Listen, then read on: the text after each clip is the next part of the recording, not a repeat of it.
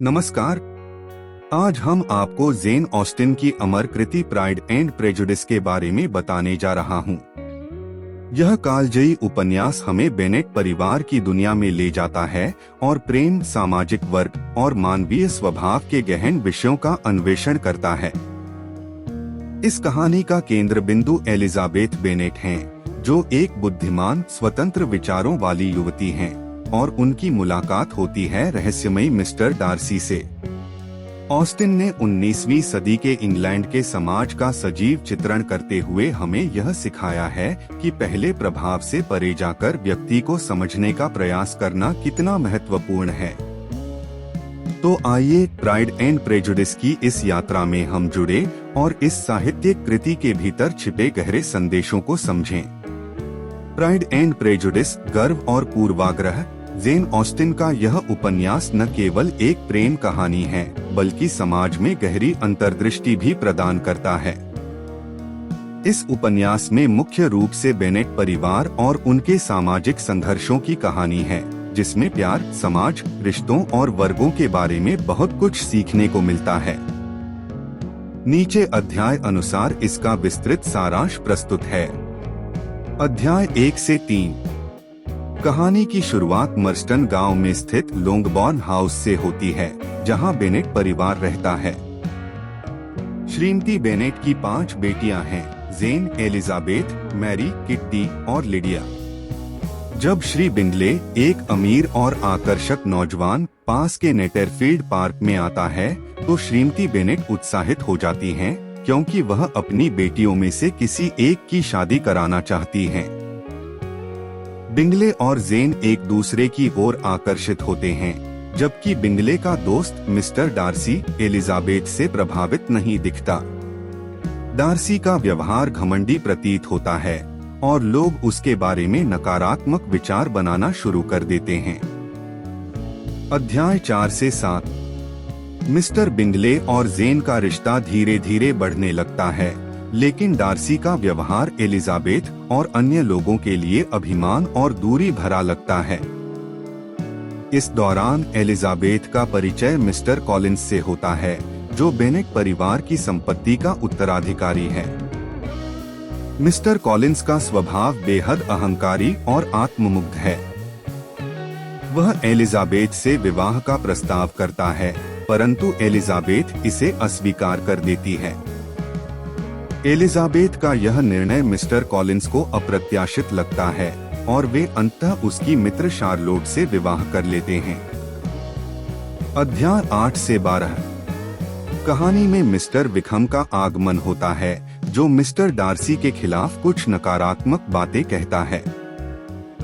Wickham का चरित्र सहानुभूति और आकर्षण से भरपूर होता है और एलिजाबेथ उसके झूठे बयानों से प्रभावित होती है।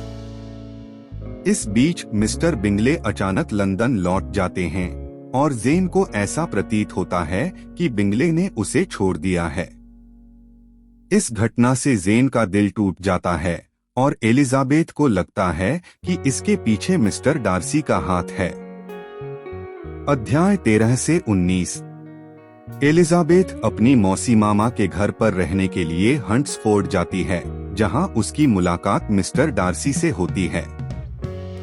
डार्सी अपने अहंकार के बावजूद एलिजाबेथ से प्रेम करने लगता है और उसे शादी का प्रस्ताव देता है। हालांकि एलिजाबेथ इस प्रस्ताव को अस्वीकार कर देती है, क्योंकि उसे डार्सी का अभिमान और बिंगले और जेन के रिश्ते को तोड़ने का प्रयास नापसंद होता है।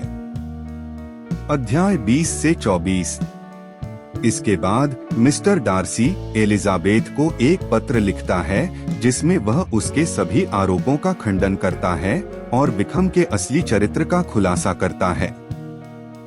विकहम ने डार्सी की छोटी बहन के साथ धोखेबाजी की थी, जिससे डार्सी ने उसे दूर कर दिया। यह जानने के बाद एलिजाबेथ को अपने पूर्वाग्रह का एहसास होता है और वह डार्सी के प्रति अपने विचार बदलने लगती है। अध्याय 25 से 31। एलिजाबेथ और डार्सी की मुलाकात पुनः होती है और इस बार दोनों एक दूसरे को समझने का प्रयास करते हैं। डार्सी का व्यवहार पहले जैसा घमंडी नहीं लगता, बल्कि अब वह सम्मान और शिष्टता से भरा हुआ प्रतीत होता है।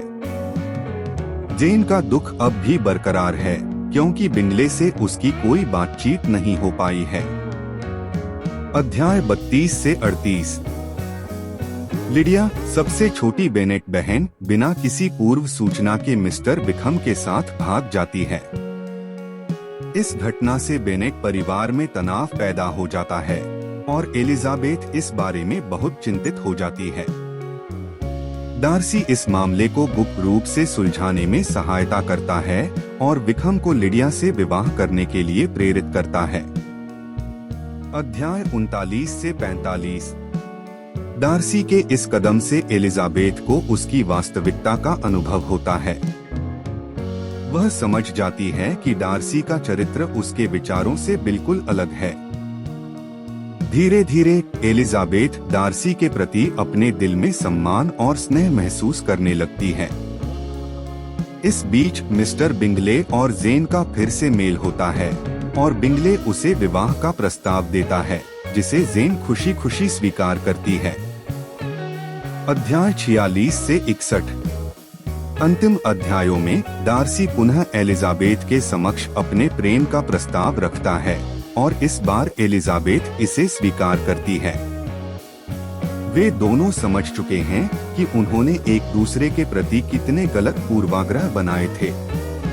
इस प्रकार उनका विवाह होता है और कहानी का सुखद अंत होता है।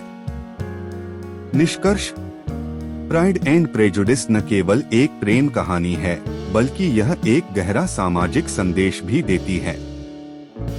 जेन ऑस्टिन ने इसके माध्यम से हमें यह सिखाया है कि पहली छवि और बाहरी अभिमान से परे जाकर व्यक्ति के वास्तविक चरित्र को देखना चाहिए। इस उपन्यास में सामाजिक वर्ग, पूर्वाग्रह और प्रेम जैसे विषयों पर गहराई से विचार किया गया है, जो इसे आज भी उतना ही प्रासंगिक बनाते हैं जितना यह अपने समय में था। इस प्रकार यह उपन्यास समाज की झलक दिखाते हुए यह दर्शाता है कि इंसान की आंतरिक सुंदरता और ईमानदारी सबसे बड़ी संपत्ति है। जेन ऑस्टिन के इस उपन्यास का हर पन्ना समाज और रिश्तों को समझने के लिए एक नई दृष्टि प्रदान करता है।